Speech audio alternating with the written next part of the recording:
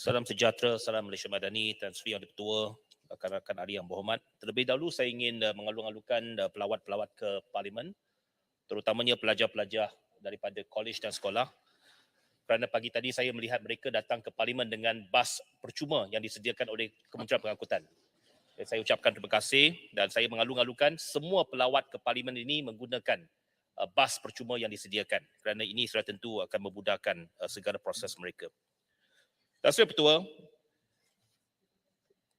berikutan beberapa insiden gangguan operasi perkhidmatan Rapid Transit ataupun LRT yang berlaku, pihak Rapid Rail selaku pengendali kereta api berlesen bagi perkhidmatan LRT ini telah mengambil langkah-langkah penambahbaikan segera bagi mengatasi isu-isu gangguan operasi ini.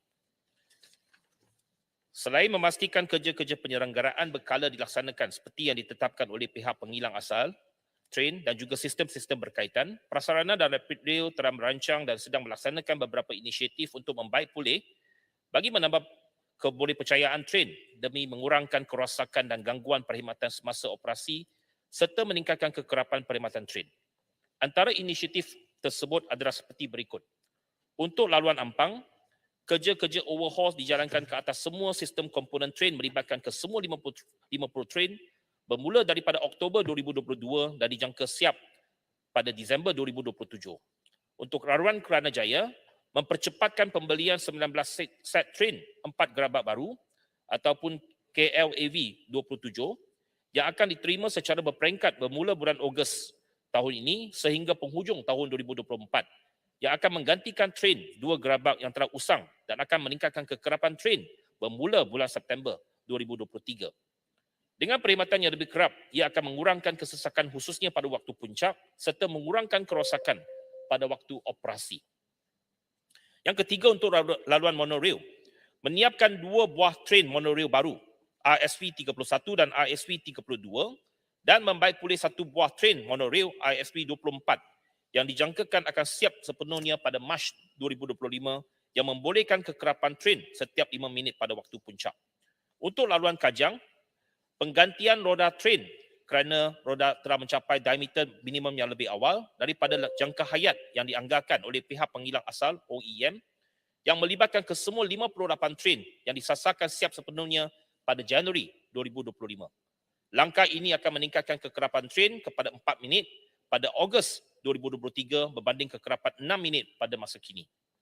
Pihak Rapid Rail juga bersama-sama pemilik aset MRT Corporation Berhad dalam proses pelaksanaan program penyelenggaraan train peringkat 4 dan 5 untuk semua subsistem train bagi membaik pulih dan menaik taraf train termasuk menggantikan subsistem yang telah usang seperti yang ditetapkan dalam manual penyelenggaraan yang melibatkan kesemua 58 train. Terima kasih.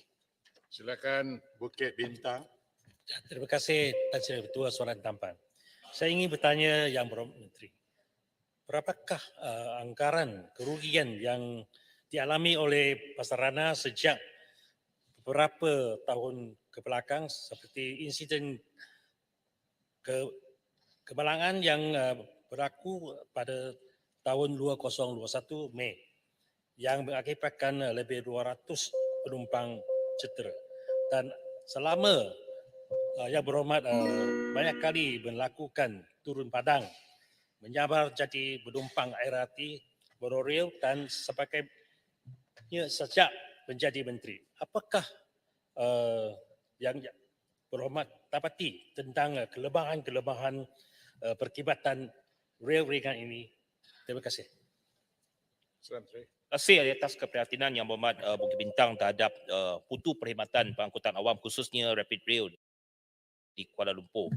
Yang pertamanya dari segi nilai kerugian beberapa tahun ini saya pohon supaya diberikan secara spesifik melalui jawapan bertulis. Yang keduanya, kelemahan-kelemahan memang kita tahu bahawa ada kelemahan yang perlu kita perbaiki. Antara perkara yang telah saya titik beratkan kepada pihak pengurusan prasarana ialah kita kena pastikan satu rejim ataupun satu budaya penyelenggaraan yang lebih komprehensif. Dan itu sebabnya antara langkah yang telah kita ambil, kita telah memperkenalkan satu mekanisme baru untuk menilai prestasi pihak Rapid Rail, iaitu kita memperkenalkan sistem MKBF, Media Quality Key Performance Barometer. Yang mana sistem ini akan menilai prestasi pihak Rapid Rail dalam menjalankan mean kilometer per failure. Iaitu kita nak pastikan bahawa kita ada satu budaya penyelenggaraan, pastikan bahawa penyelenggaraan itu dilakukan secara berkala, bukan saja apabila ia berlaku kerosakan, tetapi kita mesti preventif. Kita kena tahu bahawa apa komponen yang perlu ditukar mengikut jadualnya, mengikut masanya, supaya kerosakan-kerosakan ini dapat dielakkan dan bukannya kita reaktif sahaja. Dan MKBF itu digunakan sebagai satu KPI kepada pihak prasarana. Dan kita telah pun paparkan kepada pihak orang awam melalui website yang telah pun kita lancarkan, di mana pihak orang ramai termasuk pihak media boleh melihat pencapaian dan juga KPI setiap bulan oleh pihak prasarana. Terima kasih. Sila Kolakrai. Terima kasih Tan Sri Yang di-Pertua. Yang Mohd Menteri, soalan saya berkaitan dengan train, tetapi bukan train di Lembah Kelang, tetapi train di KLIA. Apakah langkah yang diambil untuk menyelesaikan isu kerosakan train di KLIA dari bangunan utama ke bangunan satelit ini? Dan bila akan dapat diselesaikan, kerana KLIA adalah, kita semua tahu, merupakan pintu utama negara. Dan ini adalah imej negara kita, khususnya bagi yang memasuki melalui KLIA ini. Jadi itu soalan saya. Terima kasih. Terima kasih Tuan Sri Ketua. Walaupun dia tidak berkaitan dengan soal asal, tapi saya jawab. Train itu memang sekarang ini telah pun diberhentikan.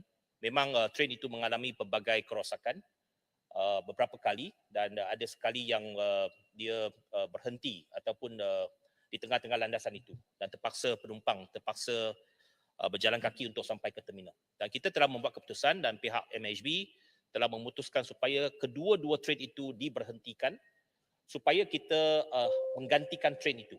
Memang projek untuk menggantikan train itu telah pun dianugerahkan kepada sebuah syarikat yang akan melaksanakan proses menaik taraf sistem tersebut dan menggantikannya dengan train yang baru dan sistem yang baru.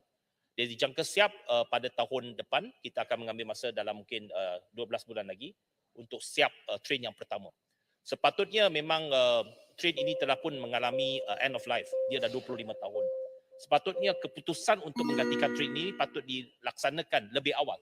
Tetapi oleh kerana kelewatan untuk membuat keputusan tersebut, ia menyebabkan bahawa train ini sekarang ini terpaksa kita berhentikan. Memang kita tahu ia memberikan satu imej yang negatif kepada negara dan saya telah pun memberikan tekanan kepada pihak MHB supaya ia mesti dilaksanakan mengikut jadual dan mesti diawalkan.